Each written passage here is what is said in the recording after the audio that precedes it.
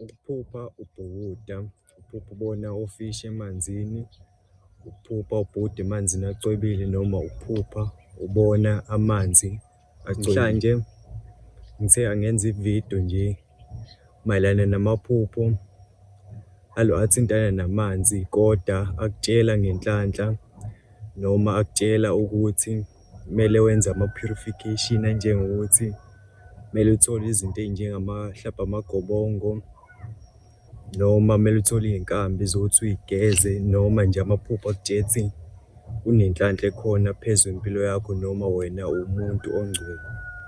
Igama lami ngu-Asanda, I'm here to share my point of view. So namhlanje iphupho lokuqala enginalo, uma ngabe uphupha uzibona ubhukuda, especially thothi uzophupha ubhukuda ngesikhathi la kuyisomiso khona endaweni ohlala kuyona, lelo phupho liyinhlanhla kuwena. But if ever thothi uzoliphupha ngesikhathi la iy'mvula zina khona, mhlawumbe thothi nawe uzoyiphupha ubhukuda, alikho right. But if ever uzoliphupha nje kuyisikhathi sesomiso noma kuyisebusika, thothi uzoyiphupha ubhukuda, lelo phupho lisho inhlanhla kuwena. Futhi ngingasho ukuthi kumele ube nama-purification owenzayo phezu kwempilo yakho. Mhlawumbe kumele uthole amagobongo noma iy'nkambi ozozidla, uphalaze lezo nsukwana, noma nje liyakutshela ukuthi kunenhlanhla ezayo empilweni yakho. Bese lilandelwa elinye iphupho thothi mhlawumpe uzophupha ubona ofishi emanzini acwebile, lelo phupho liyisayini ye-breakthrough empilweni yakho, kusho ukuthi izinto zakho seyizoqala zivuleke y'khanye. Bese kuthi elinye iphupho,